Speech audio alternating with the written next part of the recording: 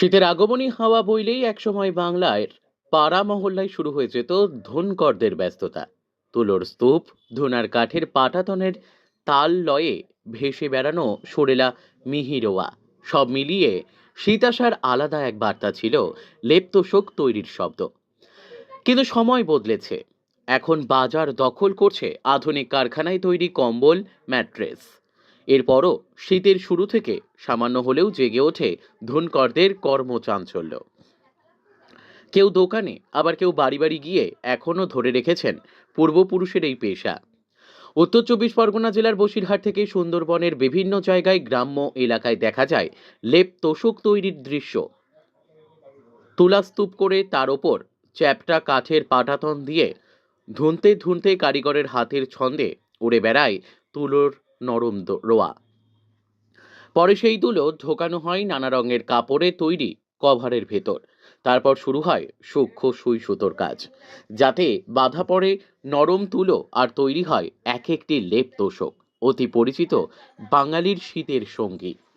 একসময় বাড়ির ছাদ বা উঠান জুড়ে লাল খোপ কাটা কাপড়, তুলোর বস্তা আর ধুনোর লাঠি দেখলেই বোঝা যেত শীতের পদচারণা। কিন্তু সেই দৃশ্যও এখন বিরল। ভিন জেলা বা রাজ্য থেকে আসা কজন ধুনুরির, কিন্তু তাদের কণ্ঠেও আজ হতাশার সুর। আধুনিক কম্বল, সস্তা ব্ল্যাঙ্কেট আর মেশিনে তৈরি ম্যাট্রেসের ঝড়ে লেপ তৈরির কাজ যেন টিকে থাকার লড়াইয়ে হাঁপিয়ে উঠেছে। তবু সবশেষে একটা জিনিস আজও অটল: বাঙালির মন। যত আধুনিক কম্বলই বাজার মাত করুক না কেন, শীতের সকালে তুলোর লেপ মুড়ে না শুলে অনেকেরই যেন শীতের আসল আমেজটা আসে না। সেই স্মৃতি, সেই নরম উষ্ণতার টানেই হাতে গোনা কিছু মানুষ আজও লেপ বানাতে দেন।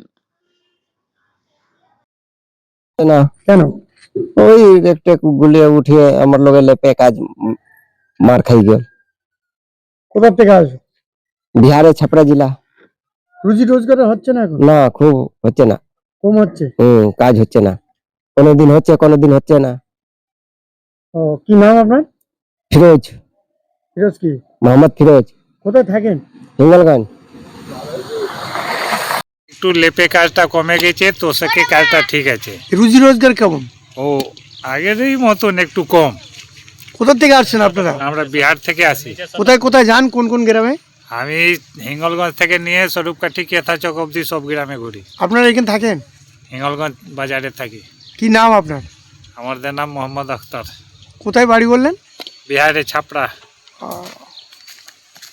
আসেন রুজি রোজগারের জন্য আসে, আর এই সময়টায় আমরা বিশেষ করে এইগুলো তৈরি করি নেই শীতের পোশাক শীতের জন্য।